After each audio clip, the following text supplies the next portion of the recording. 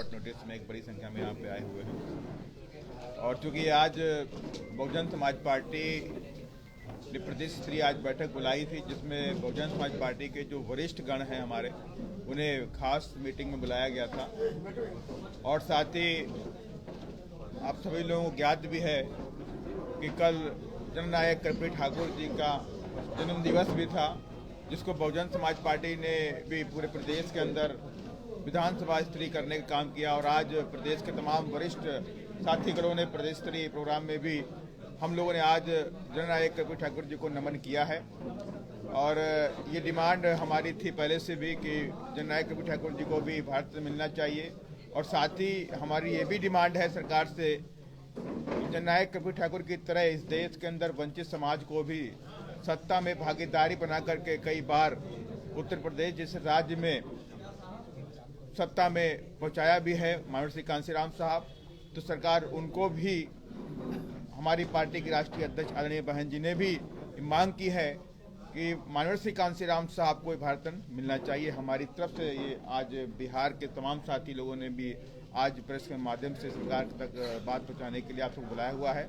और साथ ही ये भी बताना मैं चाहता हूं कि प्रदेश के अंदर बहुजन समाज पार्टी 40 की 40 सीटों पर अपने प्रत्याशी उतारेगी और पूरी ताकत के साथ में बहुजन समाज पार्टी बिहार प्रदेश के अंदर पार्लियामेंट चुनाव को लड़ने का भी काम करेगी। क्योंकि कई जगहों से बातें इधर उधर की आ रही थी कि बीएसपी कम सीटों पर चुनाव लड़ना चाह रही है या ऐसा वैसा कुछ रिमर हो रहा था, तो उसको मैं आज यहाँ पे ख़त्म कर रहा हूँ कि बहुजन समाज पार्टी पूरी ताकत के साथ में बिहार प्रदेश के अंदर 40 की 40 पार्लियामेंट सीटों पर चुनाव लड़ेगी। और इस बार बिहार से भी बहुजन समाज पार्टी के पार्लियामेंट मेंबर जीत करके दिल्ली जाने वाले हैं। अब बीएसपी कमजोर यहाँ नहीं है। जो लोग बीएसपी कमजोर आंक रहे थे, उनको बहुत जल्द बिहार के अंदर जब रिजल्ट आएगा तब उनको चौंकाने वाला मिलेगा कि बीएसपी भी एक बड़ी ताकत बन करके यहाँ पर उभर चुकी है। और बाकी जो हालात बिहार के अंदर हैं वो आपसे कुछ भी छिपा नहीं है। तो मैं अपने जो हमारे प्रदेश के जो प्रभारी हैं अनिल कुमार सिंह पटेल जी से मैं उनसे अनुरोध करूंगा कि बाकी बिहार के बारे में अपनी बात को रखेंगे। धन्यवाद। आज जिस तरह से बिहार प्रदेश की हालात है और हमारे सांसद महोदय ने कहा कि बहन जी ने जो निर्देश दिया है बिहार के लोगों को, उस निर्देश को लेकर के सांसद यहाँ आए हैं और पूरे बिहार के जो पदाधिकारी हैं बहुजन समाज पार्टी के, उनको भी निर्देशित कुछ किए हैं और निर्देशित किया जाएगा। और 40 सीट पर लड़ने की तैयारी हमारी कैसे होगी और जो यहाँ बनते हैं कि मैं ही सबसे बड़ा हूँ, उनको कैसे हम लोग पछाड़ेंगे, कैसे हम अपनी जीत के लिए रास्ता खोलेंगे, उन सब मुद्दों पर हम लोग बात करेंगे। और रणनीति हमारी बनी हुई है, उस रणनीति पर अब हम लोग आगे काम करेंगे। और आए दिन बिहार के अंदर जो दलितों को, पिछड़ों का हत्या हो रहा है, अभी कुछ दिन पहले कैमूर में एक घटना आई कि धान के चने के साग के खेत में एक की हत्या हो गई उसके कूटने से, कहीं बलात्कार हो जा रहा है, कहीं लोग मार रहे हैं और कहीं भी बिहार की सरकार उन्हें न्याय नहीं दिला पाती, न दलितों को, न पिछड़ों को, न अति पिछड़ों को। हमें कहीं न्याय नहीं दिला पाती है सरकार और कहती है कि मैं सबसे ज्यादा दलितों के सम्मान में खड़ा हूं। कर्पूरी ठाकुर जी को अगर भारत रत्न मिलता है तो बहुजन समाज पार्टी को अपार खुशी है। मिलना चाहिए था, पहले मिलना चाहिए था, देर हुआ है। वो हमारे बिहार के जननायक थे, बिहार का उन्होंने बदला था, एक पृष्ठभूमि हमारी बदली थी।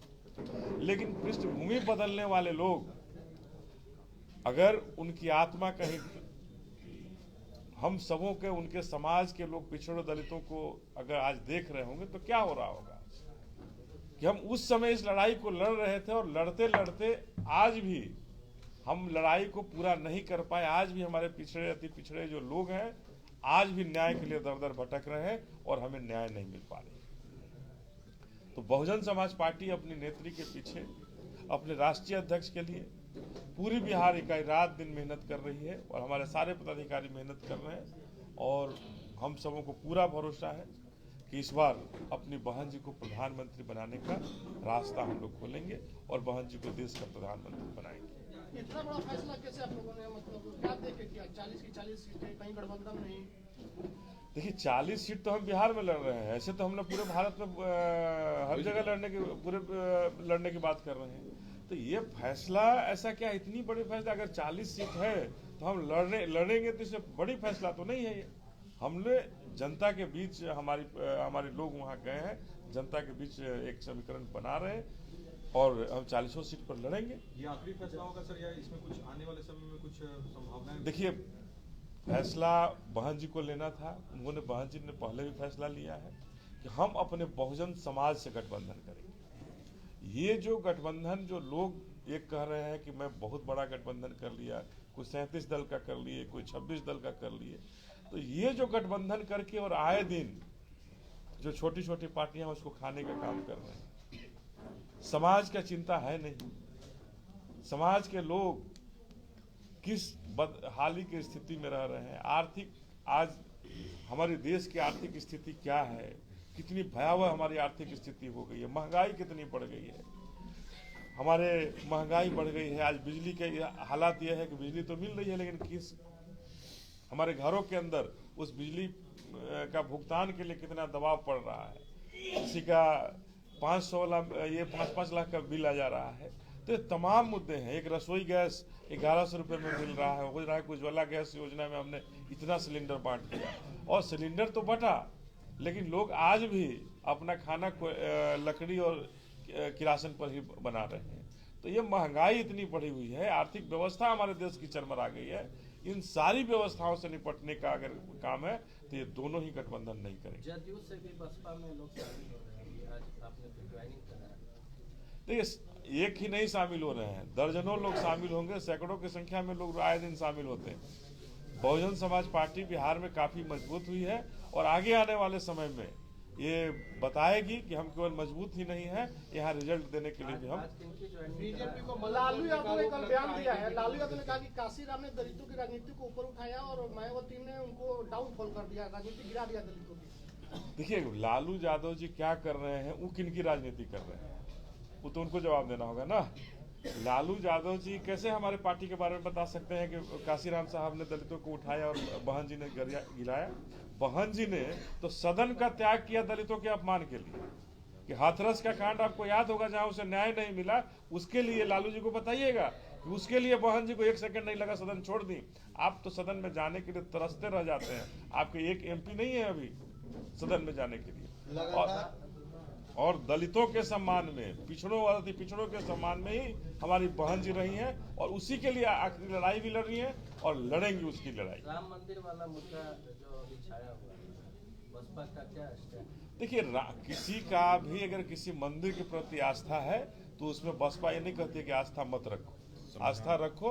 सर्वधन हम ये करते हैं और संविधान को हम लोग मानने का ये करते हैं। और संविधान में जो बातें हैं, अभी हमने कहा कि राम मंदिर की बात आप शुरू किए हैं तो लोग कह रहे हैं कि अब हिंदू राष्ट्र का ये खुल गया, ये कैसे हो सकता है? बहुजन समाज पार्टी इस पर एतराज करती है और बहुजन समाज पार्टी ये कहना चाहती है कि हम संविधान से चलने वाले लोग, बहन जी का एकमात्र मैनिफेस्टो है और वो संविधान ही हमारा मैनिफेस्टो है। बहुजन समाज पार्टी का मैनिफेस्टो अगर है तो संविधान है, हम संविधान से चलेंगे। अभी 2 पार्टी जो है बिहार के अंदर लड़ रही है। नीतीश कुमार कह रहे हैं कि हम उनके रास्ते पर हैं, लालू यादव कह रहे हैं हम उनके रास्ते पर हैं। आप लोगों का क्या स्टैंड है? कौन है बिहार में जो जननायक कर्पूरी ठाकुर रास्ते पर चल रहे हैं? देखिए कौन है, अगर ये लोग रास्ते पर चल रहे थे, कर्पूरी ठाकुर जी के रास्ते पर चल रहे हैं, तो आज जो पिछड़ों दलितों का जो अपमान हो रहा है, हत्याएं हो रही है, उससे न्याय नहीं दिला पा रही है सरकार। क्यों नहीं दिला पा रही है? अगर उनके रास्ते पर चलते तो आज तो हमारे समाज के खिलाफ अन्याय होना ही नहीं चाहिए।